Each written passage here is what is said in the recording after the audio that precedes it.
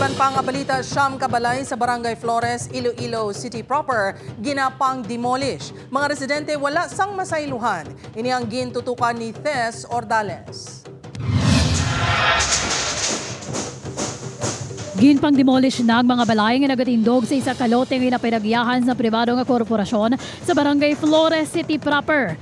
Nakasaad sa writ of demolition nga kinahanglan na nga i-demolish ang siyam tanan ka mga balay sa lugar. Apisar na kapreparar man kaya nakapanghimos ang kagamitan, problema subong ni LC kung diin masaylo. Kaya wala man ang relocation. Wala available ta no. Wala man sa soya sa mo. Wala man sila bulig nga bali 5,000 pero why kami nagbaton kwarta. Si Lola Nemya hindi pa kuno handa nga maghalin sa lugar kung sa rin siya nagdako. Luyag pa sini mga ang bulig sa abogado, aguri pa kigbato ang ilang ginaistaran. Kasalig man kami nga wala man sila yung kaso nga i-demolish sila.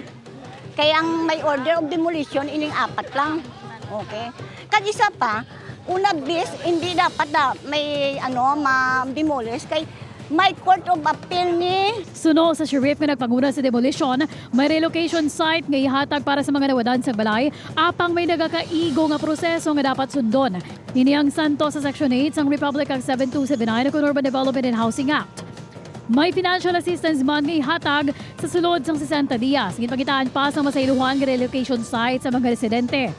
Sa karon, mansig pangita na lang sila na isang temporaryong nga maistaran. Upod kay Cirilo Duque, Thes Ordales. 1 Western Visayas.